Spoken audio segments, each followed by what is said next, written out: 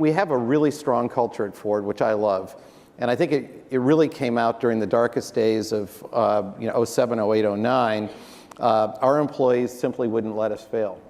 And everywhere I went, the employees would come up to me and they'd say to me, "Hey, Bill, we can do this. Don't give up."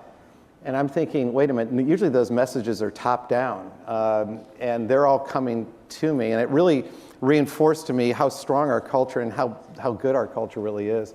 We are a big company, but we're still a family company. And yes, it's my family, but it's all the extended family. And it really is how we treat each other, too. One of the things that I love is when we have new hires, I always meet with the new hire groups. A lot of those new hires come from other companies. And they always say, it's really different here. People seem to really care about each other, and it does feel like a family. And that's a value that I very much want to keep alive. Are there lessons from the Ford experience of honoring its past while creating a new future that you can translate to the state of Michigan? Because Michigan's kind of in the same boat. We're trying to create a new path for ourselves as a state, but we want to honor our past. Well, there's no question. I mean, you have to ask yourself, what are our core values here? And I think our core value, one of them is hard work.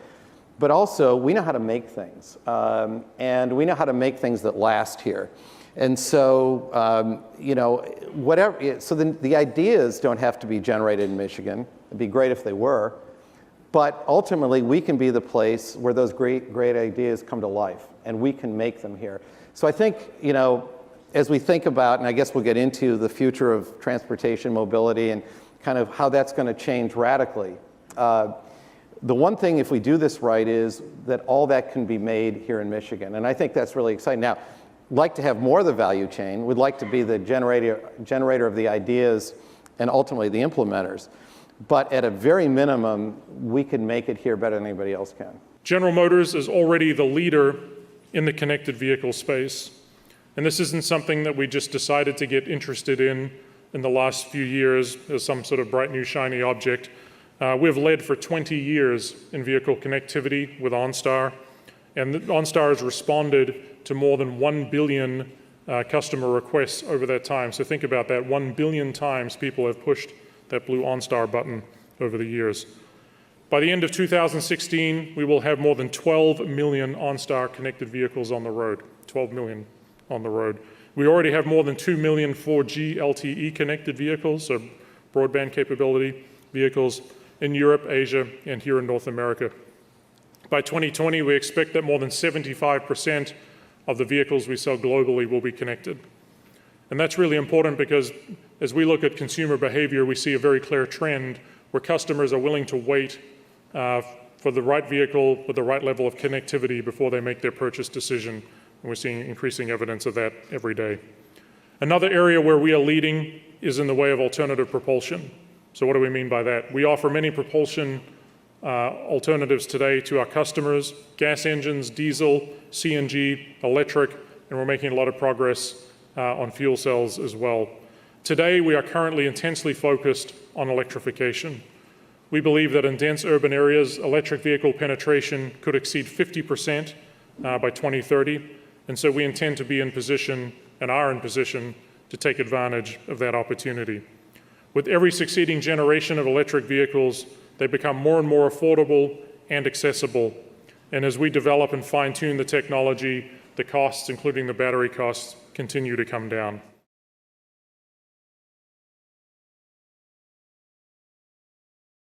Joining me now to talk about the realities of the automotive industry going forward is John McElroy, host of Autoline on DPTV. John, thanks for being with us this morning. Yeah, good to see you, Nolan. Boy, those were certainly much more hopeful times when Bill Ford and Dan Ammann were speaking to us on Mackinac. Whole different vision for the future than perhaps the one we see now. How has this COVID-19 virus, this pandemic that shut down everything for just 2 months? I mean, it's a long time, but in the scope of things, it's not all that long. But John, it seems to have changed everything in terms of looking outward. Yeah, it really has, Nolan. I mean, you look at those two sound clips that we just saw, Bill Ford and Dan Ammann. That was a different world. Yeah. This industry's been through a lot of tough times before, multiple recessions, oil crises, the Great Recession, and the like. But that was something that we all understood. That was nothing new. This is completely different. We've never seen the entire industry shut down. Hundreds of thousands of people every single month not buying cars, suppliers in a real liquidity crisis, car companies burning through cash. It's pretty grim right now.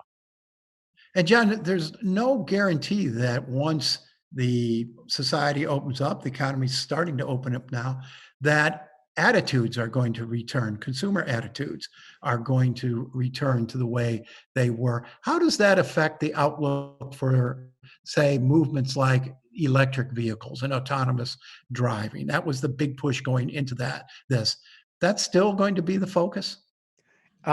Let's take each one at a time. For electric vehicles, I think the industry has got to continue to develop them and plan on bringing them out. Remember, there's laws on the books that say thou shalt start building these things. And it's not just here in the United States. It's in Europe's even more, adamant about coming out with electrics, and China is going all in. They want to dominate that industry. Now, having said that, even though there's still laws on the books, everybody's pinching pennies right now. We know that Ford was going to do an electric vehicle in conjunction with an EV startup in Michigan, Rivian. They were going to build an electric Lincoln. That's off the table right now. But I think in most other cases, everyone's going to push forward with electrics. With autonomous cars, I think we're going to see that development not canceled, but cut back, because there's no immediate payoff for the industry. It could be huge in the future. Autonomous vehicles could really be the pot of gold at the end of the rainbow for the industry. Yeah. But right now, the industry needs cash coming in the doors. They're burning through it. They don't have a lot of revenue coming in. So anything that cannot deliver revenue in the short term is going to get pushed back. And any program that can bring in a lot of cash is going to be put on the front burner. That means more trucks, right, John? It sure does. It sure does. And not just trucks, but commercial vehicles, which would include vans and maybe some other vehicles as well. Because on the commercial side, things look a whole lot better. Whether it's construction or lawn work or things along those lines. And even amongst consumers too, the demand for pickups has been pretty impressive. Been amazing. But John, you take a look at ride sharing services like Uber and Lyft. They publicly acknowledged their struggle during this crisis. Do you see those coming back? And along with that, John, these assumptions we were making that the next generation would be less and less likely to buy their own cars and more dependent on shared vehicles. Has that outlook changed? Yeah, I think it has, although we'll have to see how this plays out. But you're right. I mean, Uber's announced that it's laid off several thousand people right now because business has gone way down. And it really extends to public transportation as well. Do you want to get in an Uber with somebody else in the car? Do you want to get on a crowded train, bus, or subway? Probably not. In fact, in China, we've already seen that there are people who are eschewing public transportation and buying their own private transportation. So it's a bit of a mixed bag. There will be some people who want to go out and buy a new car. But when it comes to ride sharing, I mean, the Ubers and the Lyfts of the world have people that need a lot of cars. And if you look at the daily rental companies, the Hertzes, the Avises, the Enterprise, their business has gone way down. In fact, we just know Hertz just filed for bankruptcy. Right. And collectively, the daily rental companies buy nearly 2 million new vehicles a year. So I'm not saying that business is going away, but it's going to drop dramatically. I'm not sure if enough private citizens who do not want to get into Ubers or public transportation are going to make up that gap. And John, this might return us to a more traditional transportation look in this country. I mean, we made the assumption here that we needed more and more mass transit to be competitive with other communities. And now, if this fear of mass transit lingers, we may be looking at a scenario where, that comes off the table and good roads and a good road networks become more important. That could absolutely happen. As I said, we have to see how this is all going to play out, Right. and whether are there mitigating circumstances or mitigating technologies that make Right. people feel safe to get back on public transportation or in ride sharing and ride hailing cars. How will this drive technology within individual vehicles, the automaker technology? Yeah, well, there's a lot of talk, and it's just talk right now, of being able to sterilize or sanitize the interior of vehicles. Quick ways of being able to wipe it down, maybe replace the seat covers very quickly with a zipper or Velcro straps on the leg. There's even talk of looking at putting ultraviolet lights in the dome light of a car. Hmm. There's different wavelengths of UV, ultraviolet light. In fact, the strongest of them, which does not hit us people here on Earth, our atmosphere protects us. It's what they call the C wave of UV of the UV spectrum. Mhm. That light is used to sterilize operating rooms in hospitals.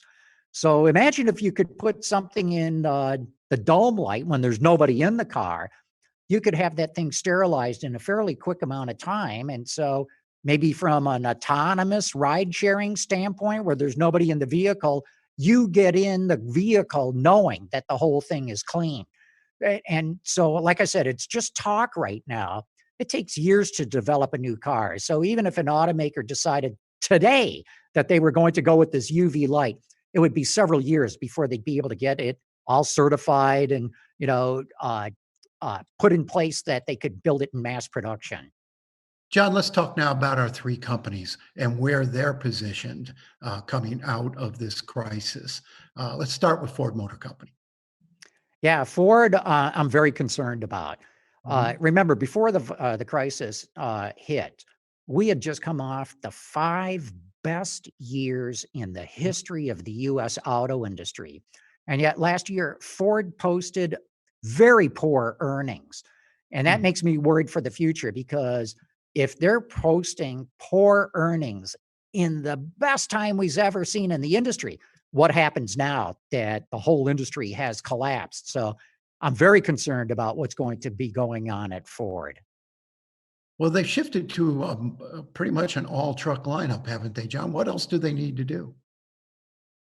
Well, two things really. Number one, in their traditional business, their costs are out of control. It costs Mhm. them too much to design, engineer, and manufacture a vehicle, and their warranty costs are hair raising. I think the bill for it last year was $5 billion. That's just Wow. $5 billion if I'm not doing things right. That's got to That's get all under about control. quality control, But right? it, Mhm. it well, it's not just quality control. It starts at the design process. Mhm. You can have suppliers that build perfect parts, but if it's going into a design that really is not that robust, you're going to have problems. And I think that's what Ford is facing right now. But you John, cannot Is General Motors better positioned? much better. Huh, I'm very bullish on General Motors because well before, a couple of years before this crisis hit, GM started taking really tough measures. They got out of businesses all around the world, in Europe, Australia, India, Russia. I can't even remember all the markets that they pulled out of because they couldn't make any money in them. They just said, that's it. We're not going to invest money where we cannot make a profit. They pared back a number of their model lines and the things that were not making money for them as well. They took a bold restructuring effort where they laid off many thousands of people. And remember, this was during good times. So GM right now, I think, is very well positioned to weather the storm. John, Detroit has a big bet on FCA, building that plant on the east side, that Jeep plant. Is FCA going to make it? Yeah, I think they will. We just got word. FCA is Fiat Chrysler. It's really pretty much an Italian company, even though their headquarters are in London and they're incorporated in the Netherlands. But they turn to the Italian government for help, and I think the Italian government is coming up with just shy of $7 billion in assistance. That should help get them at least through the predicament that we're in right now. We'll see how it plays out longer term. And John, finally, let's take a look at the UAW, on the sort of fourth wheel of this auto industry in Michigan. They've come through or are still coming through a pretty significant scandal, corruption. You had the former president indicted just a week or two ago. What role does the UAW play going forward, and how have they been hurt by this scandal? Well, Nolan, they've been hurt tremendously because the union always had a reputation, at least in the public, of being an honest, clean union. And what the scandal has shown is that no, it was very corrupt. It went on for years. It was through many of the top levels of the union. And even those who probably knew of what was going on or had an inkling turned away and didn't do anything about it. So the union was already in trouble in the automotive industry because it just can't recruit new members. They've tried to organize all the transplants. They've tried to organize so many suppliers. The line workers in those plants do not want the UAW there. And now with the scandal, it's hopeless for them to try to go out and organize any new automotive workers. And it came right on top of the strike last fall. And it did. And that's another thing that we have to look at. That was a 41-day strike at General Motors. It cost the company $3 billion. And yet the contract that the union settled on was very, very close to the original agreement that GM laid on the table. And so I think it's fair to say this was dragged out just to protect Gary Jones, who, as you just pointed out, has been indicted, trying to keep the heat off him and get it focused on GM and the strike. It was totally, completely unnecessary. And I think this is something that the industry has got to look at going forward. This idea of going on strike is crazy. They should agree to collective bargaining, because when the GM was shut down, it hurt so many people in the supplier industry, including the line workers who don't make anywhere near the kind of money that UAW workers make. And so much of this region suffered, in this case, I believe, to help try to bail out or have a UAW president try to take the heat off himself. And that's why I think it's time for the industry to seriously look at going to collective bargaining and getting rid of strikes altogether. John, as you look at the supplier network coming through this crisis, many of them complained about having to be shut down while other places were open, and their orders coming in they couldn't fill, so their customers going to other places. How are the suppliers doing at this point? Many suppliers, especially when you get down into the medium and small sized one, what they might call the tier 2 or tier 3 suppliers, are in dire straits. They need money. And in fact, we know that the car companies in several stressed supplier situations are standing up and giving them cash, even though the automakers are burning through their own cash. So it's a critical situation. And I've talked to Debbie Dingle about this, in fact, and what she's saying, and I agree with it. The whole ecosystem, the whole automotive industry ecosystem has got to stick together, and it's got to come up together as one.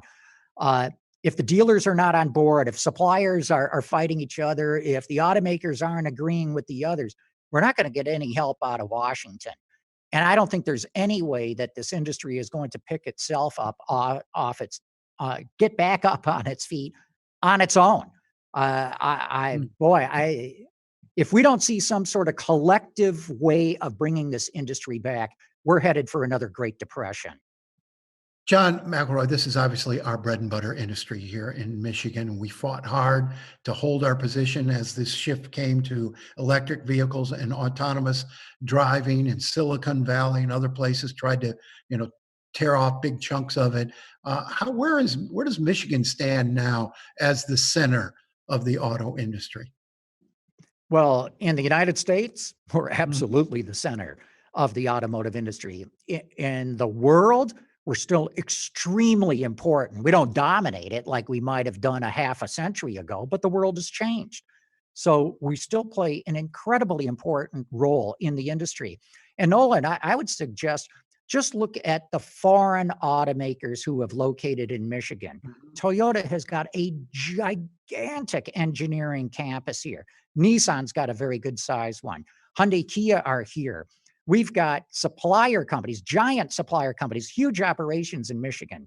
from all over Europe and all over Asia. Why are they here? Because we're so important and we've got the talent that they need.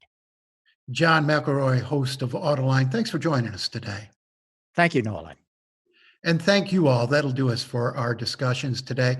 Join my colleague, Steve Henderson, at noon tomorrow as we continue these Mackinac Policy Conference moments. We want to thank the Detroit Regional Chamber, Detroit Public Television, and all of our sponsors.